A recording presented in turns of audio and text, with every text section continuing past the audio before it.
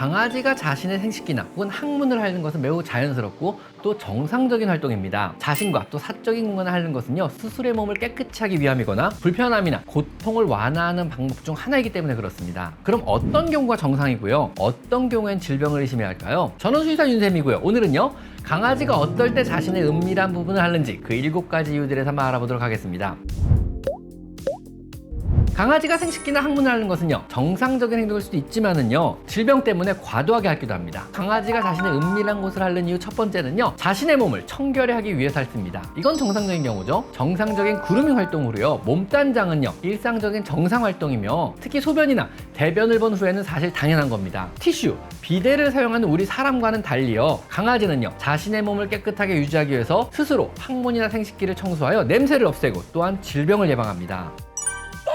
두 번째 이유는요, 발정으로 인해 생식기를 핥기도 합니다. 암컷 강아지의 경우는요, 발정이 나게 되면은요, 생식기를 과도하게 핥기 시작합니다. 이건 역시 정상입니다. 여자 강아지가 발정이 나면은요, 생식기가 부어오르고 분비물이 나오게 됩니다. 중성화가 안 된 여자 강아지가 생식기가 부어있고 과하게 핥는다면은요, 이때는 발정을 의심해야 합니다.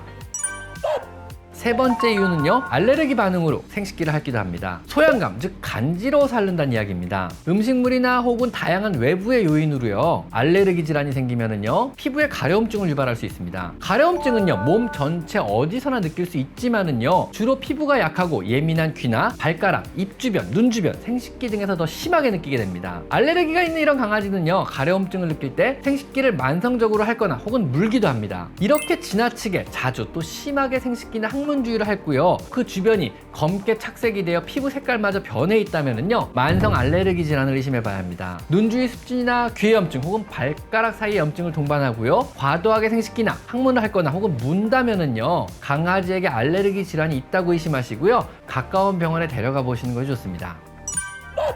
네 번째 요인은요, 드물지만 항문낭이 불편해서 핥기도 합니다. 강아지의 항문양 옆에는요, 항문샘이란 것이 있습니다. 이 항문샘의 배출구가 막히거나 혹은 항문샘이 감염이 되거나 파열이 되면요, 항문샘에 염증이 생기고요, 이로 인해 과한 자극으로 항문 주변을 핥기도 합니다. 항문 주변의 불편함이나 혹은 통증으로 인해 핥기 시작하는 겁니다. 계속 방치하게 되면은요, 결국은 항문샘의 파열로 인해 수술이 필요할 정도로 심각해질 수도 있습니다. 강아지가 항문을 혹은 항문 주변을 지나치게 핥는다면은요, 이건 문제가 생겼다고 보시고 병원에 데려가 꼭 점검을 해보셔야 합니다.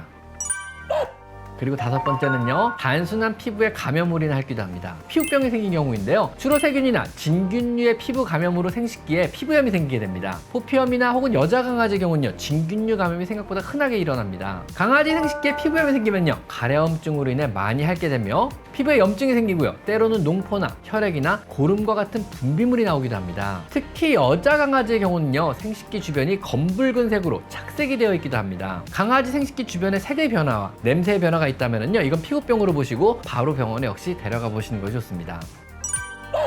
여섯 번째로요, 스트레스로 인해 생식기를 핥기도 합니다. 불안하거나 스트레스를 받거나 지나치게 무료할 때 강아지는 자신의 생식기를 핥기도 합니다. 상동 행동의 일종으로요, 불편함을 벗어나기 위해 스스로를 자극하는 이런 행동을 말합니다. 강아지가 아무런 이유 없이 생식기를 핥는다면요, 지나치게 무료한 혹은 불편한 환경에 놓여 있다고 판단하시고요, 강아지를 조금 더 편안하게 산책과 같은 어떤 할 일을 만들어 줌으로써 강아지의 무료함이나 혹은 불안을 완화해 줄 필요가 있습니다. 좋아하는 장난감이나 친숙한 향기가 나는 담요 혹은 산책, 놀아주기 같은 방법을 사용하여 강아지의 주의를 조금 끌어주시고요, 조금 더 즐겁게 만들어주세요. 그리고 일곱 번째는요, 요로 감염이 생겨서 생식기를 하는 경우도 있습니다. 요로 감염은요, 방광으로부터 소변이 나오는 관에 세균의 감염으로 일어나게 됩니다. 요로 감염이 있는 강아지는요, 소변을 볼 때마다 통증을 느끼게 되고요, 강아지는 소변을 본 직후에 생식기를 더욱더 많이 핥게 됩니다. 여기가 왜 아프지? 이러면서 핥는 거죠. 요로계 감염이 있는 강아지의 특징은요, 소변을 볼 때 통증을 느끼며 소변을 시원하게 보지 못하고 찔끔찔끔 보게 됩니다. 또한 소변을 본 직후에 생식기를 과하게 핥는 모습을 자주 보이게 됩니다. 만약 이런 요로 감염의 징후를 보인다면요, 병원에 데려가 역시나 진단과 치료를 받아야만 합니다. 강아지가 생식기를 종종 핥는 것은 사실상 정상입니다. 하지만은요, 이것도 지나치다면은요, 질병 때문은 아닌가 한 번은 의심해 봐야 합니다. 오늘은 강아지가 은밀한 부분을 핥는 여러 가지 이유들에 대해서만 알아봤습니다. 오늘 여기까지 강아지 상담이었습니다. 감사합니다.